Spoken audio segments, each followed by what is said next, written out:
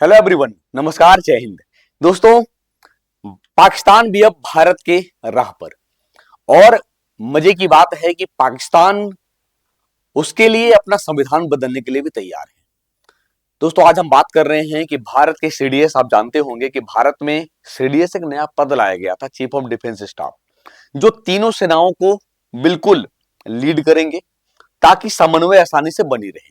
जैसे भारत में तीनों सेनाओं के प्रमुख राष्ट्रपति हैं। अब राष्ट्रपति तो लीड करेंगे नहीं युद्ध में, तो भाई तीनों सेनाओं के जो प्रमुख हैं उनको कौन डायरेक्शन देगा। इसके लिए एक पद बनाया गया था सीडीएस, जिसके पहले सीडीएस बिपिन रावत जी थे, जिनका हेलीकॉप्टर क्रैश कर गया था, भगवान उनकी आत्मा को शांति दे। उसी तर्ज पर दोस्तों पाकिस्तान बना रहा है और ये पहली बार पद बनाया है। इसके लिए पाकिस्तान अपना संविधान बदलने के लिए भी तैयार है। तो भाई भारत क्या क्या ना करवा दे पाकिस्तान से, है ना। आइए समझते हैं। मई में फील्ड मार्शल बने थे आसिम मुनीर, अब उन्हीं पे चर्चा है दोस्तों। तो पाकिस्तान आर्मी चीफ आसिम मुनीर को तीनों सेनाओं का प्रमुख बनाने के लिए संविधान में बदलाव कर रहा है पाकिस्तान। अब उन्हें देश का पहला चीफ ऑफ डिफेंस फोर्सेस, हमने क्या बनाया, चीफ ऑफ डिफेंस स्टाफ। तो अब कॉपी तो करेगा नहीं, तो भाई अकल तो है नहीं, लेकिन करे क्या, नकल कर रहा है। तो भाई क्या कर लिया उसने, सीडीएफ कर दिया, चीफ ऑफ डिफेंस फोर्सेस, या भारत के चीफ ऑफ डिफेंस स्टाफ की तरह होगा। यह पद इसलिए बनाया गया ताकि सेना, नौसेना और वायुसेना यानी तीनों सेनाओं आपस में मिलकर बेहतर तरीके से काम कर सके, जैसे भारत किया है। तो इन्हें लग गया कि भैया ऑपरेशन सिंदूर कैसे किया है, सीडीएस देखा, तो उसी तर्ज पे ये सीडीएस बनाया। दोस्तों, अब इससे पहले ऑपरेशन सिंदूर के बाद इस साल 20 मई को पाकिस्तानी सरकार ने आसिम मुनीर को फील्ड मार्शल का दर्जा दिया था। मुनीर से पहले 1959 में सैन्य तानाशाह अयूब खान ने खुद को फील्ड मार्शल घोषित कर दिया। मतलब सोचो, पाकिस्तान में ऐसा है, खुद को घोषित कर दिया ये, है ना। फील्ड मार्शल पाकिस्तान सेना में सर्वोच्च सैन्य रैंक है जो 5 स्टार रैंक मानी जाती है। यह रैंक दोस्तों जनरल से ऊपर है ना। पाकिस्तान में फील्ड मार्शल का पद सेना, नौसेना और वायुसेना में सबसे ऊंचा माना जाता है। अब हम एक नजर डाल रहे हैं आसिम मुनीर पर कि भाई आसिम मुनीर है कौन, उनका जन्म कहां हुआ, कब उस आर्मी में एंट्री मारे। तो दोस्तों, जन्म 1968 में रावलपिंडी पाकिस्तान में हुआ। आप देख सकते हैं ये आसिम मुनीर हैं जो पाकिस्तान के पहले सीडीएफ बनेंगे, है ना। अब 38 साल की उम्र में कुरान को याद करने पर इन्हें हाफिज कुरान की उपाधि मिली, है ना। 1986 में ये सेना में शामिल होते हैं। 2018 में ये आईएसआई के चीफ बनते हैं। इसके बाद दोस्तों इमरान खान से रिश्ता खराब होने पर आसिम मुनीर आईएसआई चीफ पद से 8 महीने बाद हटाए गए थे। जब मुनीर आईएसआई चीफ थे दोस्तों, तब फरवरी 2019 में भारत में पुलवामा अटैक हुआ था, जिसके बदले में हम लोगों ने क्या किया था आपको पता ही है, सर्जिकल स्ट्राइक, तो ये स्ट्राइक सब कुछ किया था हम लोगों ने, है ना। नवंबर 2022 में ये पाकिस्तान आर्मी के चीफ बनते हैं। मई 2025 में इन्हें फील्ड मार्शल बना दिया गया दोस्तों। ये इनके प्रमोशन है, यानी 6 महीने में इन्हें 2 बड़े बड़े प्रमोशन दिए गए। पहला क्या है कि पाकिस्तानी मीडिया के मुताबिक चीफ ऑफ फोर्सेस बनाने का फैसला ले लिया गया। मई में भारत और पाकिस्तान के बीच हुई 4 दिन की झड़प के बाद सीख लिया है कि भाई भारत क्यों ऐसा किया, भारत के साथ तीनों सेना कैसे काम कर रहे थे, उसी से यह सीख मिला। तो ठीक है, ले पाकिस्तान ने महसूस किया कि जंग में तीनों सेनाओं के बीच बेहतर तालमेल और तुरंत एक्शन लेना बहुत जरूरी है।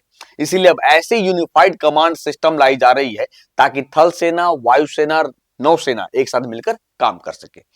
संसद में 27वां संशोधन विधेयक पास किया। पाकिस्तानी संसद आपको पता ही है कि उच्च सदन सीनेट में 27वां संशोधन विधेयक प्रस्तावित किया गया, जिसे फेडरल लॉ मिनिस्टर आजम नजीर तारड़ ने इसे सीनेट के सभापति यूसुफ रजा गिलानी की अध्यक्षता में उच्च सदन में पेश किया था। यूसुफ रजा गिलानी पहले भी पाकिस्तान के प्रधानमंत्री रह चुके हैं, है ना, जो पास हो गया। अब इसे चर्चा और वोटिंग के लिए निचले सदन में भेजा जाना है। जैसे मतलब अपर हाउस भारत में राज्यसभा है, पास हो गया, फिर लोअर हाउस लोकसभा में जाता है, फिर राष्ट्रपति साइन करते हैं, तब जाकर कानून का निर्माण होता है। वैसे वहां भी है। तो अब वोटिंग के लिए निचले सदन में भेजा जाना है। इस पर 14 नवंबर को वोटिंग होगी। वहां से भी 2/3 बहुमत मिल जाता है तो उसे राष्ट्रपति की मंजूरी के लिए भेजा जाएगा दोस्तों। यह संविधान के अनुच्छेद 243 में बदलाव से जुड़ा है। इसमें आर्म्ड फोर्स से जुड़े 5 बड़े बदलाव किए जा रहे हैं। अब क्या क्या बदलाव है, राष्ट्रपति या प्रधानमंत्री की सलाह पर आर्मी चीफ और चीफ ऑफ डिफेंस फोर्सेस दोनों की नियुक्ति करेंगे। समझना, पहला बदलाव क्या है कि राष्ट्रपति या प्रधानमंत्री की सलाह पर, जैसे भारत में होता है, पहला थल सेना प्रमुख को ही चीफ ऑफ डिफेंस फोर्सेस का पद भी दिया जाएगा, लेकिन भारत में ऐसा नहीं है, है ना। नेशनल स्ट्रेटेजिक कमांड बनाया जाएगा। प्रधानमंत्री की सलाह से चीफ ऑफ डिफेंस फोर्सेस इसके मुखिया की नियुक्ति करेंगे।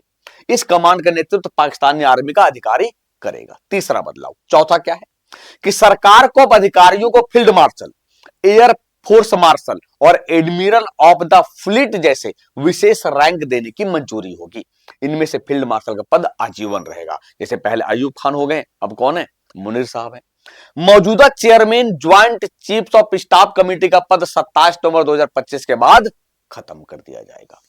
दोस्तों, इसके अलावा संवैधानिक अदालत बनाने का प्रावधान रखा गया है। कहा गया कि 27वां संशोधन सिर्फ सेना से जुड़ा नहीं होगा, इसके जरिए कुछ और बड़े बदलाव होंगे। बदलाव क्या होगा कि संवैधानिक अदालत की स्थापना होगी, जिसमें हाईकोर्ट जजों की बहाली, ट्रांसफर, राज्यों को मिलने वाले राजस्व हिस्सेदारी में बदलाव। ये पाकिस्तान की इंटरनल अपनी पॉलिसी है, चाहे वो जो करा ले। लेकिन मोटा मोटी ये है दोस्तों कि याद रखिएगा कि अब भारत के तर्ज पर जिसे सीडीएस हैं, जैसे अनिल चौहान जी अभी दूसरे सीडीएस है भारत के, वैसे ही सीडीएफ बनाएगा पाकिस्तान। अब देखते हैं कि पाकिस्तान का ये जो कदम है वो कहां तक सफल रहता है, क्योंकि हम बार बार कहते हैं कि ये भारत का नकल करता ही है, लेकिन नकल करने के लिए अकल भी चाहिए। भाई तुम्हारे संविधान इतने ऐसे हैं कि कह ही नहीं सकते आप। आज तक इसका पहला राष्ट्रपति आसिफ अली जरदारी हुआ है जो 5 साल कार्यकाल पूरा किया है, जबकि हमारे यहाँ हमें ये भी ना पता कि कौन हमारे राष्ट्रपति अधूरा कार्यकाल छोड़ के गए हैं। ऐसे हमारे संविधान है ना। देश आजाद हुआ 47 में दोनों, लेकिन आज देखिए वर्ल्ड के मैप पे इंडिया कहाँ है, पाकिस्तान कहाँ है। कोई मतलब दोनों का कोई कंपेयर ही नहीं है। कभी आटा का भाव बढ़ जाता है, कभी टमाटर महंगा हो जाता है, कभी कुछ हो जाता है। तो खैर ये इनकी अपनी इंटरनल पॉलिसी है, लेकिन हम यही मानते हैं कि दोनों पड़ोसी मुल्क है, शांति रहे तो वो दोनों देश के लिए अमन चैन, दोनों जनता के लिए है ना, दोनों देश की प्रजा के लिए, जनता के लिए अमन चैन ज्यादा बढ़िया है ना। आप इस बारे में दोस्तों क्या सोचते हैं, कमेंट करके जरूर बताइएगा। मिलेंगे दोस्तों नए वीडियो में, तब तक के लिए अपना ख्याल रखिए। थैंक यू, शुक्रिया, जय हिंद, जय भारत।